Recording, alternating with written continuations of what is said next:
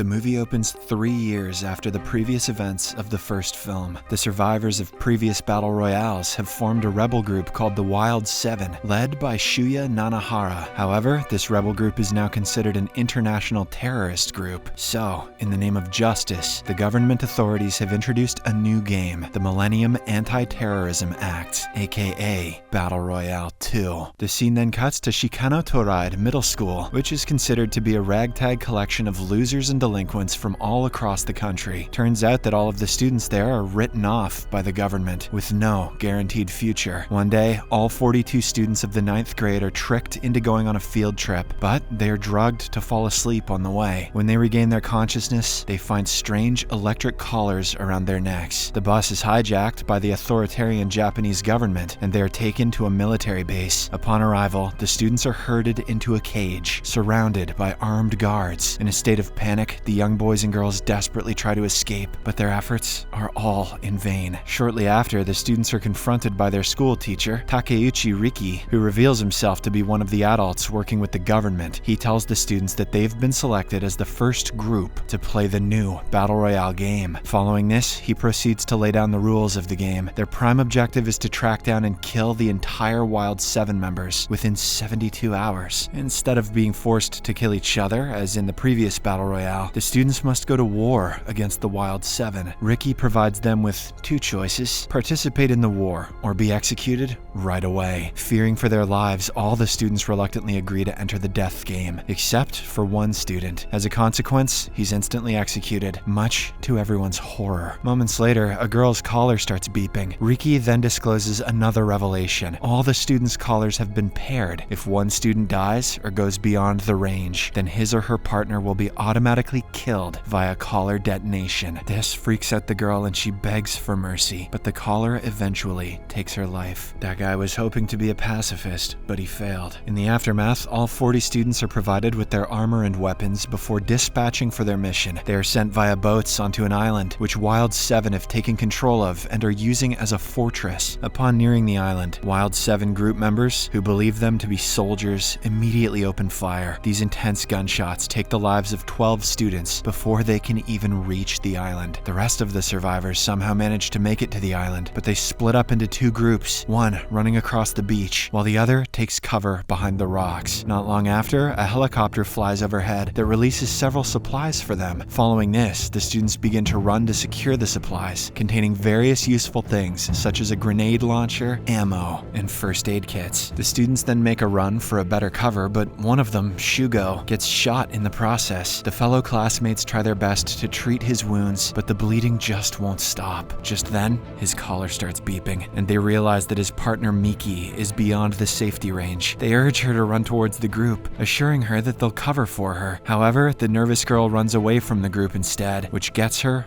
blown up. Now that his partner's dead, Shugo is well aware of his imminent fate. As a result, he makes a brave decision to take down some enemies before he dies. He then walks out to the open area and fires, but he's shot down by an enemy sniper. After this tragic loss, the rest of the students run towards a ruined building, while Riki announces the names of the deceased. Once there, one of the students, Haruka Kuze, pulls out some insulin and administers it into her body. When a boy student, Takuma Aoi, asks about it, Kuze reveals that she's diabetic since birth and that her dose will last for just 3 days. So, if they don't complete their mission quickly, she'll run out of insulin. That seems like the least of any of their problems right now. Suddenly, an explosion goes off outside and a squad goes to investigate. Much to their horror, they witness a student hanging from a pole with both of his limbs severed. They quickly realize that the area is filled with landmines and that they're right in the middle of a minefield. Seconds later, a girl's collar starts beeping, which freaks out the other students. The situation escalates further when the group members start to argue over their next move. The other squad hears the commotion over the comm line, so Aoi intends to rush for their help. Regardless, a girl named Shiori holds him at gunpoint and asserts that she won't let him go anywhere until they complete their mission, probably because they're partners. Here, it's revealed that Shiori is none other than the daughter of a teacher whom Nanahara killed 3 years ago. Ever since then, she has been working on avenging her father's death. On the other hand, the boy's severed body falls into the minefield, setting off a chain reaction of more explosions. This incident claims several lives, reducing the number of survivors to 18. Following this, both groups of students reunite and make their way towards the fortress. It is set up on a steep hill, which is a great disadvantage for the students. Regardless, they manage to dodge the enemy bullets and eventually break into the fortress. Once inside, they notice a little girl running away. So, the team chases after her, but suddenly, several explosions go off, which catches them off guard. Before they can react, the lights turn on and dozens of guns are pointed at them. The rebels demand that they disarm themselves, but one of the students opens fire. As a result, a fierce shootout ensues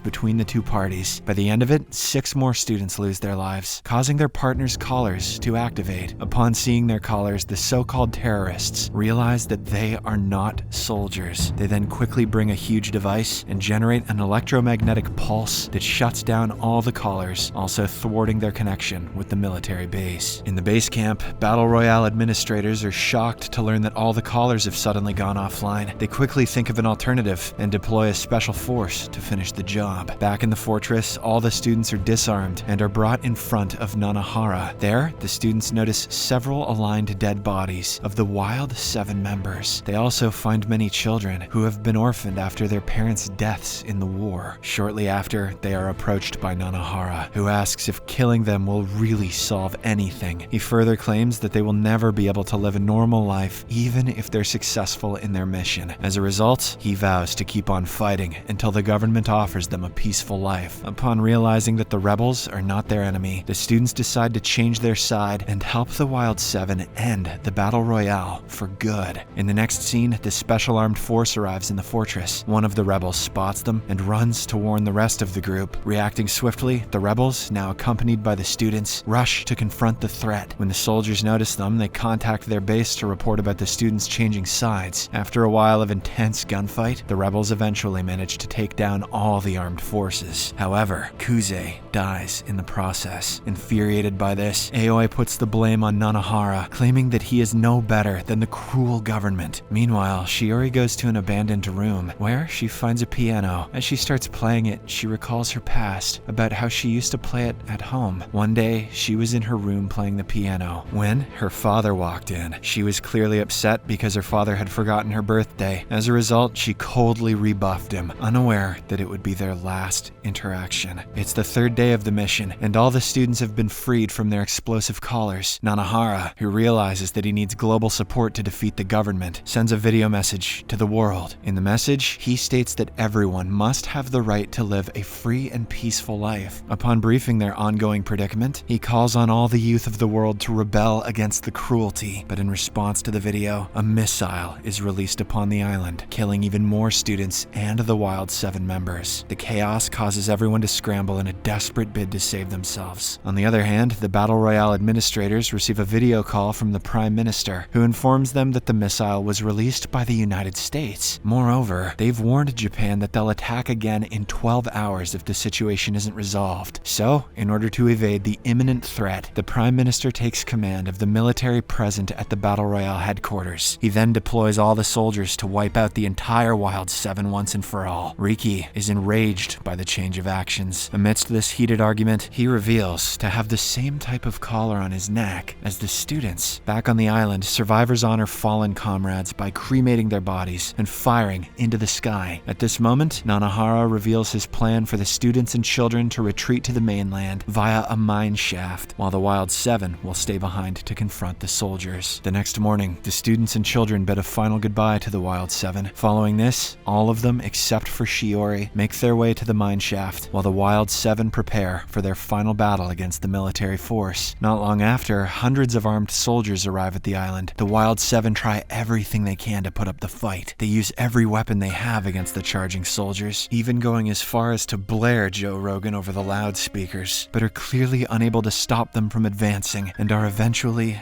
outnumbered. In the meantime, the students who are running through the tunnel hear the gunfire. Sensing that the rebels need backup, Aoi and 2 of his friends make a brave decision to return to the battlefield. They join the fight and begin shooting down as many soldiers as they can. The 2 friends sacrifice their lives, but not before launching a huge rocket launcher, taking down a bunch of assailants. Elsewhere, one of the female rebels realizes that the soldiers are closing in, so she urges the rest of her comrades to leave, while she herself stays behind to earn them some time. Heeding to her instruction, the other rebels leave, after which she activates a time bomb before getting killed. The intense combat causes heavy casualties on both sides, leaving Nanahara, Aoi, and Shiori as the only remaining fighters. The trio manages to take down the Special Forces captain, but this isn't enough to end the battle. While they try to evacuate, Riki shows up and expresses his support for the rebels. Just then, the collar on his neck starts beeping, so he urges the trio to get out of there immediately. The three of them manage to exit just a few seconds before the entire fortress blows up. Despite making it out of the stronghold, the battle isn't over yet, as they still have to face numerous soldiers outside. As the war rages on, one of the bullets strikes Shiori, leaving her fatally wounded. Seeing this, Nanahara runs towards her, while Aoi keeps on fighting alone. Before she dies in his arms, she reveals herself to be Kitano's daughter, leaving him shocked for a moment. However, she forgives him for killing her father, because she now knows what he's really fighting for. After taking a moment to mourn, Nanahara and Aoi press on to fight with unwavering determination. Soon after, the US releases several missiles that blow up the entire island, killing all the remaining soldiers. Finally, the battle royale ends on avoided status, listing the fates of Nanahara, Aoi, and the surviving students as unknown. The scene then fast forwards to 3 months later, where Nanahara and Aoi are driving through the Afghan desert. There, they reunite with the rest of their surviving teammates, bringing them great joy. They all regroup as friends, but what lies next for them remains unknown. Subscribe for more videos like this, turn on notifications, and leave a like to help the channel out. Thank you for watching.